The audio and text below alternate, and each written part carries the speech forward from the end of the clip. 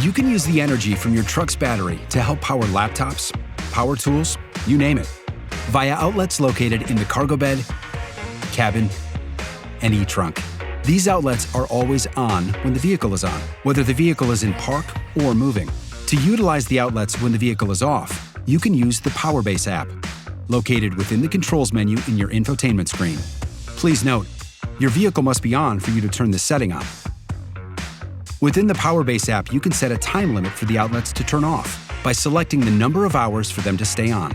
You can also select a range reserve limit to ensure you still have the driving range needed to get to your next destination. To set a range reserve limit, use the slider to select the state of charge you wish the outlets to turn off at. Once you've set your time or range reserve limit, select Use PowerBase on the lower left side of the app screen and turn off the vehicle when prompted. While the vehicle is off, you can open the PowerBase app on your infotainment system to see how much power the outlets are drawing, so you don't exceed the system's limits. Silverado EV, powered up with power to spare.